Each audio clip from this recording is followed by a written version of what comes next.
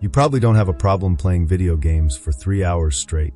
You don't struggle to browse social media, falling down a rabbit hole of endless content. In fact, I have no doubt you could sit in front of a screen right now and do either of those activities until your eyes get blurry, without once breaking your concentration. But what about half an hour of studying for that exam? Oof. Suddenly, that feels like a monumental task. How about working on your side business for another hour tonight? The sofa sounds a lot more appealing. This was the central frustration of my life for years. Even though I logically knew that studying, exercising, or building a business would bring me massive benefits in the long run, my brain still preferred the instant gratification of watching TV, playing games, and scrolling through social media. I felt lazy. I felt broken. One might argue it's obvious why this happens. One activity is easy and doesn't require much effort, while the other is difficult and requires you to apply yourself. But that answer is too simple. Because some people seem to have no problem studying, exercising, or working on their projects day after day. This begs the question, why are some people more motivated to tackle difficult things?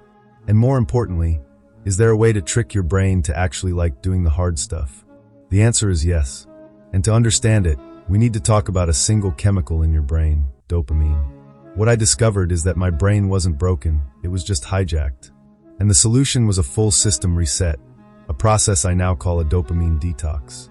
This is the story of how I debugged my own brain and reprogrammed it for success. Chapter 1. Dopamine, the engine of more. Let's start by uninstalling a bad piece of code from your brain. Dopamine is not the pleasure molecule. That's a common misconception, a piece of outdated software. Thinking of dopamine as pleasure is what gets us into trouble. Neuroscience now understands that dopamine is the motivation molecule. It is the chemical of desire. It's the engine that powers your ambition. It's what makes you get up and do stuff. The anticipation of a reward is what triggers dopamine, and it is that chemical release that motivates you to act. If you're not sure how powerful this is, let me introduce you to a few experiments that are both fascinating and terrifying. Neuroscientists implanted electrodes in the brains of rats. Whenever a rat pulled a lever, the researchers stimulated the reward system in the rat's brain, flooding it with dopamine. The result was chilling. The rats developed a craving so powerful, so absolute, they just kept pulling the lever over and over for hours. They would refuse to eat or even sleep. Their entire world, their entire existence shrunk down to that one lever. They would continue pressing it until they literally dropped from exhaustion. It wasn't pleasure they were after, it was the insatiable desire for more. But then, the scientists reversed the process. They blocked the release of dopamine in the brain's reward center. As a result, the rats became virtual statues. They grew so lethargic that even getting up to get a drink of water wasn't worth the effort. They wouldn't eat. They didn't want to mate. They didn't crave anything at all. You could say that the rats lost their entire will to live. Here's the critical detail. If food was placed directly in their mouths, the rats would still eat it and show signs of enjoyment. They still felt pleasure. They just had zero motivation to get up and get it for themselves. It turns out, hunger and thirst alone aren't enough to make us act. You need that dopamine-driven desire. Chapter 2. Your brain's unbalanced books. Those rat experiments are extreme, but you can see a milder version of this code running in your own life every single day. Your brain is a prediction machine, and it develops its priorities based on one simple question. How much dopamine can I expect to get from this activity? If an activity promises a big, fast release of dopamine, you will have immense motivation to do it. But if an activity releases only a little dopamine, or if the release is too far in the future, you'll feel almost no motivation at all. So, what kinds of behaviors release a lot of dopamine? Any activity where you anticipate a potential reward. It's not even about the reward itself, it's about the chase. Think about it. Before you eat a piece of cake, your brain releases dopamine because you anticipate it will taste good. The tragic irony is that your brain doesn't care if that cake actually makes you feel sluggish and regretful later. It doesn't care about the long-term cost. It has one directive: seek more dopamine. A stereotypical example is a drug addict. He knows, logically, that what he's doing is destroying his life. But his brain's dopamine system has been hijacked, and all it wants is more of that drug. Cocaine and heroin release unnatural, godlike amounts of dopamine, which makes the brain crave them with an almost religious fervor. Of course, nearly everything releases some amount of dopamine. Even drinking water when you're thirsty gives you a small, satisfying hit. But here is the secret to why the modern world is so addicting. The highest dopamine release happens when you get a reward randomly. This is the principle that powers every casino on earth. A slot machine is addictive not because you win, but because you might win. You just don't know when. It's the uncertainty that gets you hooked. Chapter 3. The Dopamine Casino of Modern Life. And here is the problem. We are all living in a digital casino, flooding our brains with unnaturally high amounts of dopamine every single day, and most of us don't even realize it. Think about your daily habits. Scrolling through social media, you're pulling a slot machine lever. You anticipate seeing something interesting, a new photo, a funny video, a message. You know that eventually a reward will appear, you just don't know when. So you keep scrolling, keep pulling the lever. Playing video games? It's a perfectly engineered dopamine delivery system, full of random loot drops, unexpected rewards, and leveling up notifications. Watching internet pornography? It's an endless fire hose of novelty, the ultimate dopamine trigger. We are becoming like those rats in the cage, neurotically checking our phones, pulling the lever again and again and again, looking for our next hit. And you might think, so what? It's not like it's actually harming me. But you'd be wrong. Dead wrong. Chapter 4. Homeostasis, the biological glitch keeping you stuck. Your body has a fundamental biological system called homeostasis. In simple terms, your body loves balance. It wants to keep all its internal physical and chemical conditions stable. Whenever there's an imbalance, your body adapts. For example, when it's cold outside, your body temperature falls. That's an imbalance. So you start to shiver. The shivering generates heat and brings your temperature back up to its baseline of around 37 degrees Celsius. When it's hot outside, your temperature rises. So, you start sweating to cool down. Your body is always working to maintain that balanced baseline. But there's another crucial way homeostasis works: tolerance. For example, someone who rarely drinks alcohol will get drunk very quickly. But someone who drinks every day needs to drink far more alcohol to get the same effect. Why? Because their body has adapted. It has developed a tolerance. It has become less sensitive to alcohol's effects. This is exactly what happens with dopamine. When you constantly flood your brain with high levels of dopamine from social media, games, and junk food, your brain's homeostasis system panics. It says, "Whoa, this is way too much stimulation. It's not normal. We need to rebalance." So it adapts. And it does this by literally reducing the number and sensitivity of your dopamine receptors. This is called downregulation. Your brain gets used to having high levels of dopamine, and those unnaturally high levels become your new normal. This is a colossal problem, because now normal, healthy, low dopamine activities no longer interest you. Reading a book, meditating, exercising, they feel boring and joyless because they simply can't compete. They don't release enough dopamine to even register on your new, dulled system. This is why you prefer playing video games over working on your business. It's not that you're lazy. It's that your brain's baseline for what is interesting has become dangerously high. This is what happens to drug addicts who try to quit. Normal life feels gray and lifeless because nothing can match the dopamine high they're used to.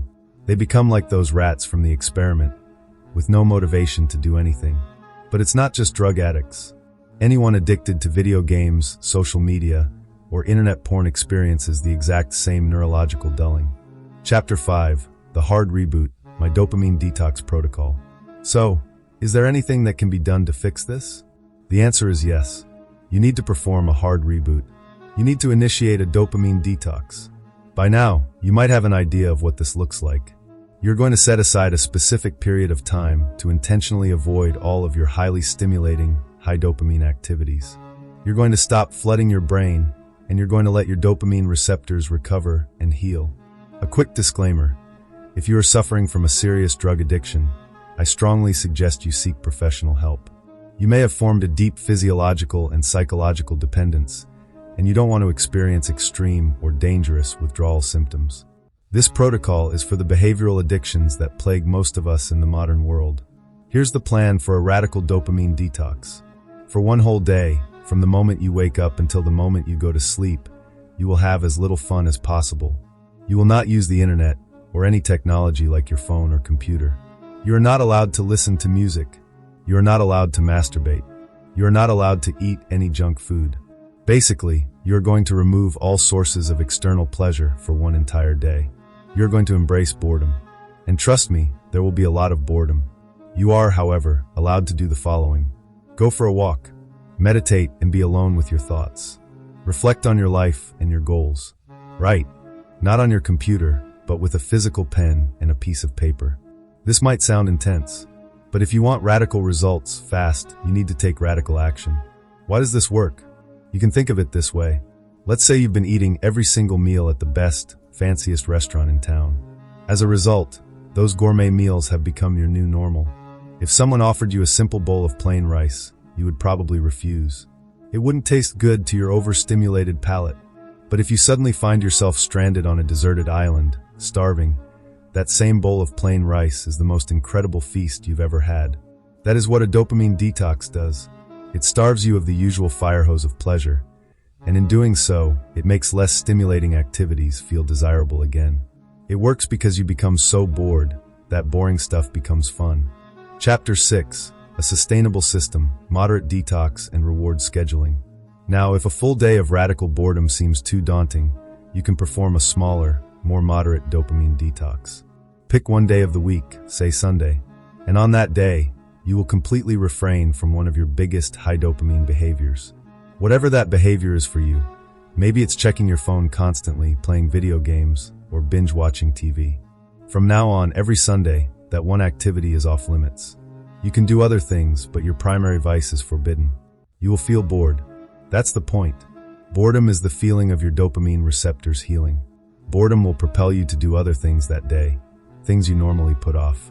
But a weekly detox is only part of the long-term solution. The ultimate hack is to learn how to control and leverage dopamine in your daily life. You need to connect more dopamine to the things that will actually benefit you. The most effective way I've found to do this is to use your high dopamine activities as a reward for completing your difficult work. This is the system I use to run my own life. I track all the difficult, low dopamine work I do, cleaning, practicing an instrument, reading books, creating these videos. After I get a certain amount of work done, I reward myself with a measured amount of high dopamine activity at the end of the day. The keywords are after and at the end of the day. This is non-negotiable. If I indulge in high dopamine behavior first, I simply will not have the motivation to do the hard work. My brain will have already gotten its cheap fix. So, I always start my day with the difficult things, and only then do I allow myself the reward. Here's my ratio. For every completed hour of low dopamine work, I reward myself with 15 minutes of high dopamine behavior at night.